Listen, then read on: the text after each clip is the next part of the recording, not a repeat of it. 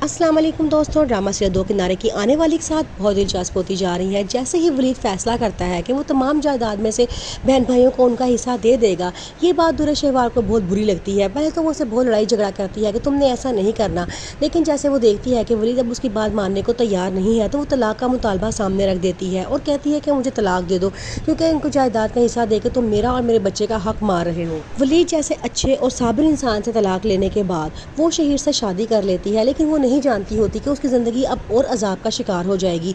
वो अपनी मामा को बड़ा खुश होकर फ़ोन करती है कि मैंने निकाह कर लिया है। उसकी मामा उसे बहुत समझाती हैं कि तुमने क्या किया है।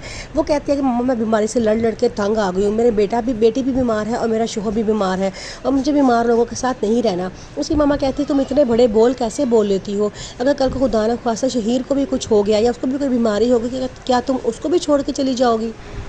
अब दुर्र शहवार और शमीर के दरमियान लड़ाइयों का सिलसिला शुरू हो जाता है। दुर्र शहवार हर वक्त शहीर को कॉल करती रहती है और कहती है कि मेरे पास आओ, जिससे वलीद पर चढ़ना शुरू हो जाता है। उसे बड़ा गुस्सा आता है। अब उसे दुर्र शहवार ज़रा भी अच्छी नहीं लगती, क्योंकि वो हर वक्त उसके पीछे पड़ी रहती है कि तुम किधर हो, तुम घर वापस आओ। शहीर बड़े गुस्से में उसके पास आता है और कहता है कि जो फारिग होकर मुझे मिलता है मैं फ़ौरन तुम्हारे पास आ जाता हूँ, इससे ज़्यादा मैं क्या करूँ।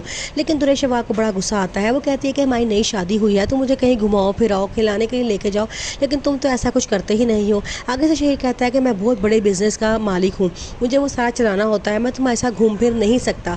अब दुर्र शहवार परेशान होती है क्योंकि जो लग्जरी लाइफ उसे वलीद के साथ मिल रही थी, शहीर के साथ उसे वो मुयसर नहीं है। दूसरी तरफ वलीद बहुत परेशान होता है। उसके बहन भाई उसके लिए बहुत परेशान होते हैं कि हमारा भाई आहिस्ता आहिस्ता ख़त्म होता जा रहा है। उसने परेशानियों को बहुत ज़्यादा अपने आप में ले ली है।